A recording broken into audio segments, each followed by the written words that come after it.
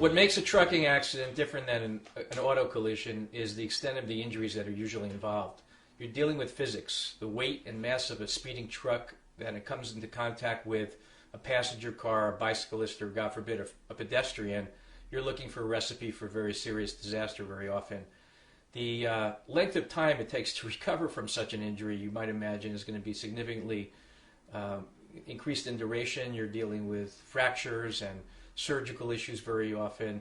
You're dealing with head injuries, and you really need a lawyer that's going to take their time and invest themselves in taking the full gamut of those injuries, not trying to seek an early settlement, because, you know, with a truck accident case, sometimes there's a tendency with commercial insurers to go ahead and maximize an early recovery. It's often a mistake.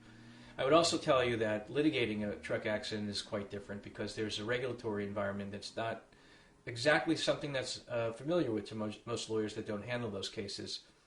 You're dealing with federal regulations that combine together to regulate the amount of hours that a truck driver can be on the road, the size of the vehicle, the weight of the vehicle, the safety features of the vehicle, and the interrelationship between those regulations and what the truck driver's conduct was that presumably caused this accident is sometimes very interesting for a lawyer to pursue to your tactical advantage.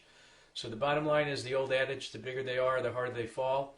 The bigger the truck, the faster the speed, the more injuries that you're usually going to have, the more talent the lawyer is going to be having to exert in order to find out peel back the onion, the layers of insurance that may be available in order to get a complete and full recovery for you.